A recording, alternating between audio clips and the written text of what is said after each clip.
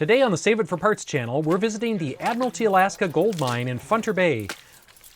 I grew up about a mile away from here, and this was the spot that got me interested in exploring mines and tunnels. This isn't technically an abandoned mine, as the property still has active mining claims. The buildings are all on private property, and unlike a lot of Alaska, the beach is also technically private. Even though it may look rusty and mossy in places, some of the old equipment is still used. Parts of the mine, including the road, are still maintained and used by the owners. So I do have to stress again, which I may have in an earlier video here, this is all private property. We have permission to be here, we know the owner, but they don't appreciate people wandering around, possibly breaking things, possibly being injured. This is all a historic site, and again, it's private property, so please be respectful if you're in the area, don't trespass, and just respect other people's stuff. Not only is it nice to respect private property, but it's also safer to respect stuff like this because you could easily get injured, you can fall through floors in old buildings, stuff can collapse. Despite some of the collapsed buildings, this is actually one of the best preserved mines I've ever seen in Alaska. Most old mines and camps have rotted away or burned down or been destroyed by vandals and developers. This one is in relatively good condition because the owners still watch over it. They try to keep casual visitors away, both to protect the site and to avoid anyone being injured from hidden dangers. So the fun part here is there's a shaft right underneath, just covered with logs and moss, and you'd never even know it was here if you didn't know what to look for.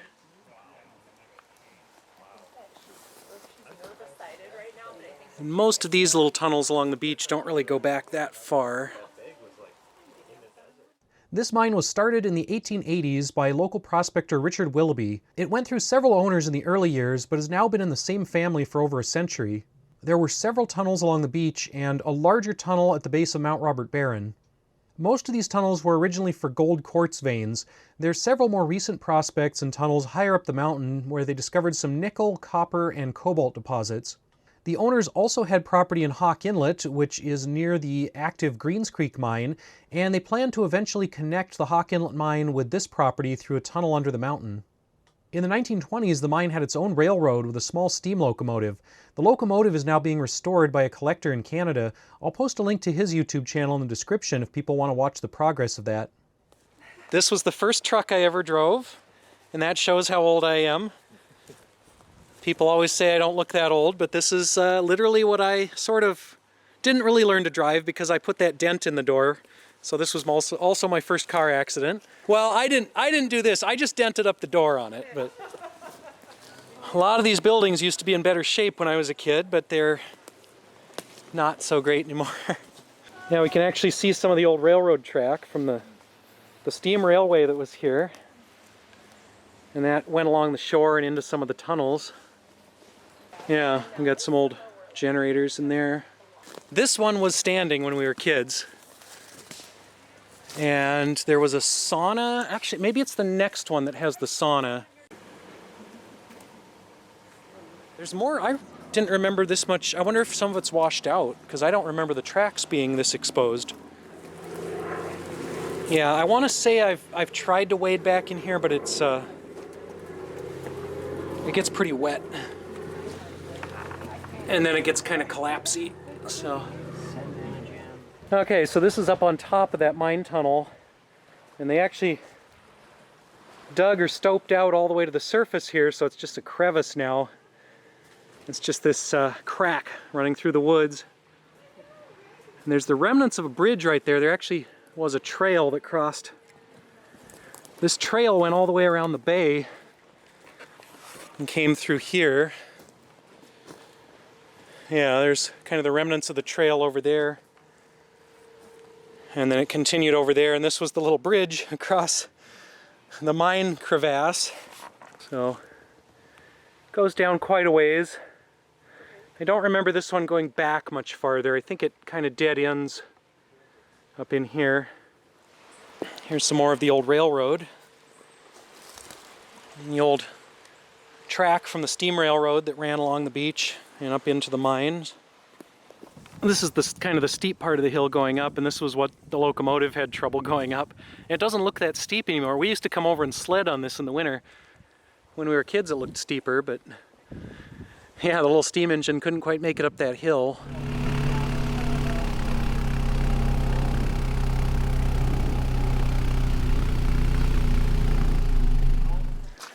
So this is the main adit for the Funter Bay mine. And again, we've got the tracks. The steam locomotive wouldn't go in here, but they had a little electric locomotive. And this goes back quite a ways and branches off. And it's part of an old ore car in here.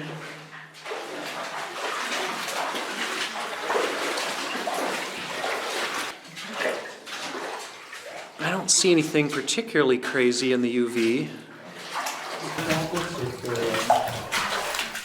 Sometimes if there's sulfur, it'll be not. Huh. Okay, I don't know what that is then. Let's see, I think this might be another... Is that a different wavelength? This is a little shiny here. Is that what you thought was silver? That's in the pocket thing.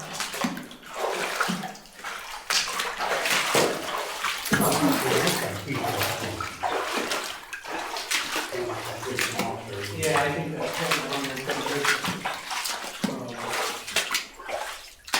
Here, if you want to borrow a light, I might step out for something and film some more stuff. See if I see any other sparkly things.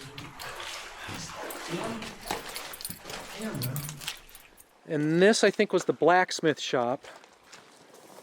And then there's a big Pelton wheel off in the woods here for the compressed air. Because I think everything, like all these shop tools were compressed air in the blacksmith shop. And then they'd pump fresh air into the mine. So that's, I think this is a drill sharpening device. Love these farms. Yeah, these are great. And then this is a scoop. I think this is a scoop from a mucker. We've got a little forge and a welder. Man, yeah, there used to be buildings in here. And then there were trees growing up in here too. I think they've brushed this out a little bit, but that's the that's the electric locomotive. This was a battery. Oh, wow. And these were the batteries. They had just dozens of these on top of it. Wow. So yeah, this is the little GE electric trammer locomotive. Yeah, now the sun's out. It's making it hard to film. There's another one up in the tunnel.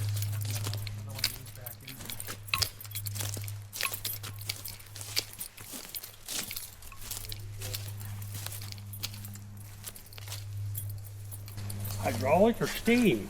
Compressed air.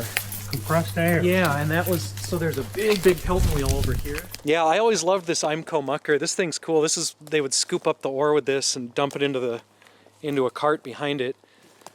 And there's another one back in the tunnel.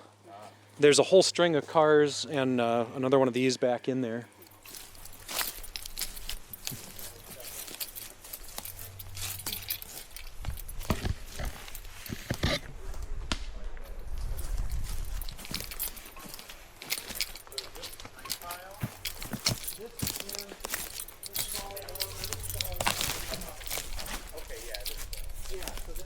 This whole structure area that we're standing on is, because the original forest level is, Yeah, I was gonna say this seems way unnatural. yeah, the original forest level is way down here. Sure.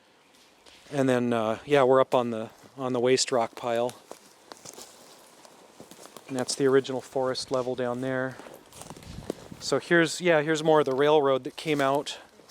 So they would run all the ore cars out here and dump off the end of the pile. Over here was the air compressor that ran all the equipment, ran the muckers, powered the generator to recharge the locomotive, and also aired out the mine. So this was the actual Pelton wheel. This was the part where the water came down. Water came down that pipeline, blasted into this Pelton wheel, and spun that around, and then there was a big belt. And the belt ran up to this structure up here. And this is the air compressor, so you can see twin cylinders. This would spin around, pump those cylinders, and the compressed air came out through that pipe and went over to the mine. And this would be a pretty big investment for a mining operation to get something like this.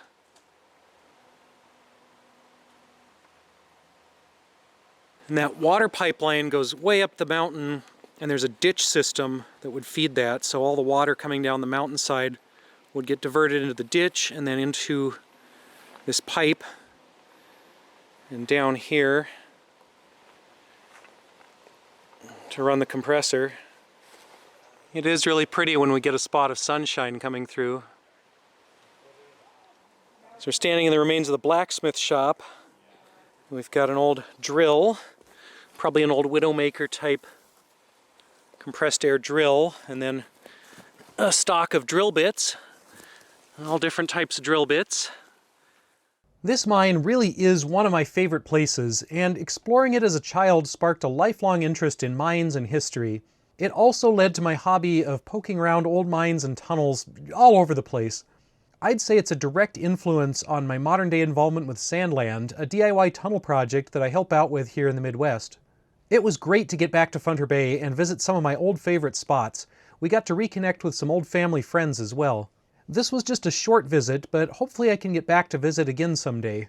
This trip was part of a longer adventure around Admiralty Island on a rented boat. We stopped into a lot of fun places and saw a lot of cool stuff on this trip. I'm still working my way through all the videos, but they'll be coming out over the next few weeks as I have time to edit things. I will also have a video about the old salmon cannery in Funter Bay. I believe that one is already out, and I'll have one about the house where my sister and I grew up. Thank you to everyone for watching, and we'll see you next time.